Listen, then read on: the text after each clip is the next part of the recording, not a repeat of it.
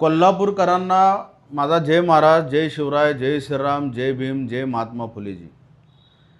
कालपासून अखंड शहरामध्ये वेगवेगळ्या न्यूज चॅनलच्या माध्यमातून, प्रसार माध्यमातून, प्रिंट मीडियातून अतिशय चांगल्या बातम्या लागल्या। बऱ्याच दिवसानंतर एक मला सुखाची झोप लागली, सुखाची झोप। कारण एक भ्रष्टाचारी लोकप्रतिनिधीचा पर्दाफाश करण्यात आम्ही यशस्वी झालो। आज पुन्हा लाईव्ह येण्याचं किंवा बाईट देण्याचं कारण असं, राजेश क्षीरसागर बाईट देताना माझ्याबद्दल एकेरी बोलतात, एकेरी।